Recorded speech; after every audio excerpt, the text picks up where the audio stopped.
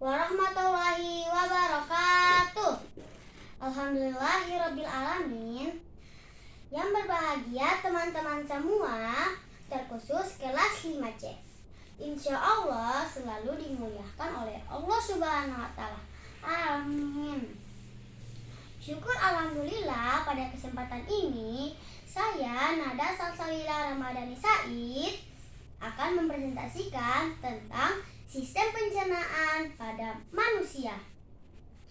Baiklah teman-teman semua, untuk kita ketahui, sistem pencernaan pada manusia terdiri dari dua sistem, yaitu yang pertama saluran pencernaan, yang kedua kelenjar pencernaan. Proses pencernaan terjadi dalam dua cara. Yang pertama, pencernaan fisik atau mekanik, dan ingesti adalah pencernaan makanan menjadi ukuran yang lebih kecil secara mekanik. Yang kedua, pencernaan kimiawi atau digesti adalah pencernaan makanan menjadi ukuran lebih kecil dengan enzim. Baiklah teman-teman semua, di sini saya telah menyiapkan alat peraga untuk sistem pencernaan pada manusia. Untuk urutan proses pencernaannya adalah: yang pertama ada rongga mulut, yang kedua ada gigi, yang ketiga ada lidah, yang keempat ada kerongkongan, yang kelima ada hati, yang keenam ada empedu, yang ketujuh ada lambung, yang kedelapan ada pankreas, yang kesembilan ada usus besar, yang kesepuluh ada usus halus, yang kesebelas ada usus buntu, dan yang terakhir atau yang ke-12 adalah anus atau tempat pembuangan tinja. Yang pertama, mulut. Ketika kita memakan makanan, pada rongga mulut, disitulah tempat awal terjadinya pencernaan secara mekanik dan kimiawi. Yang kedua, di dalam rongga mulut terdapat gigi, lidah, dan kelenjar ludah. Gigi terdiri dari 3. Yang pertama, gigi seri, yang kedua, gigi taring, dan yang ketiga, gigi geraham.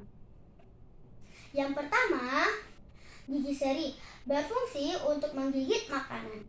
Yang kedua, gigi taring berfungsi untuk merobek makanan.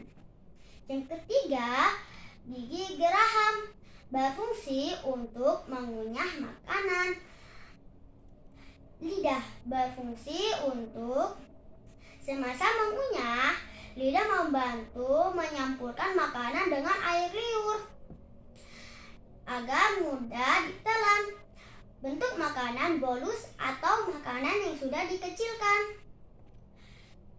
Yang kedua, semasa menelan, lidah mendorong bolus ke faring. Kerongkongan berfungsi sebagai membawa makanan yang telah dihaluskan dari mulut menuju ke lambung. Lambung berfungsi untuk menampung makanan dan minuman, mengolah dan mendorong makanan ke usus dan untuk penyerapan selanjutnya. Usus halus berfungsi untuk memecah serta menyerap nutrisi dari makanan yang dikonsumsi. Usus besar berfungsi untuk setelah nutrisi diserap dari usus halus, sisa-sisa makanan mengalami pembusukan di dalam usus besar.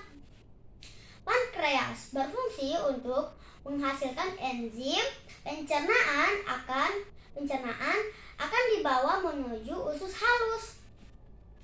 Hati berfungsi sebagai membantu proses metabolisme serta menghasilkan cairan empedu yang membantu proses pencernaan. Empedu ada 2 cara. Yang pertama, berfungsi memecah lemak dan membawa sisa metabolisme keluar dari tubuh.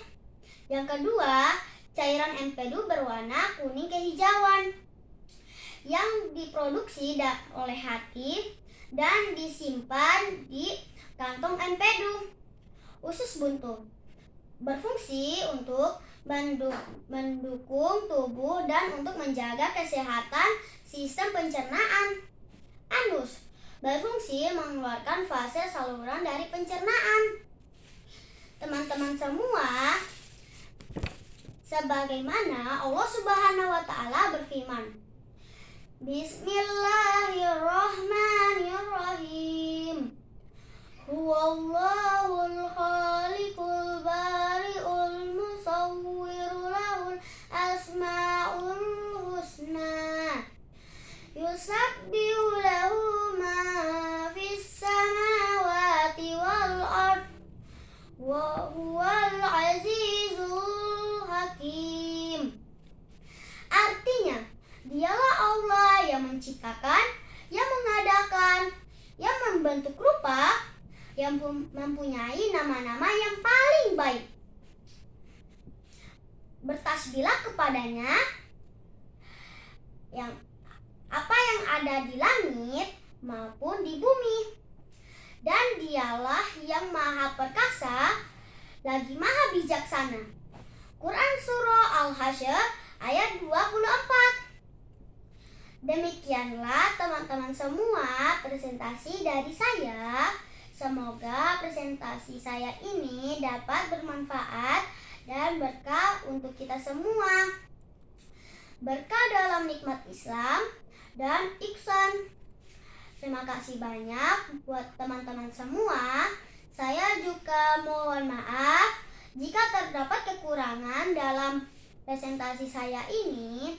Semua pasti karena kesempurnaan hanya milik Allah Subhanahu wa Ta'ala dan kekurangan dari diri kami sendiri. Wassalamualaikum warahmatullahi wabarakatuh.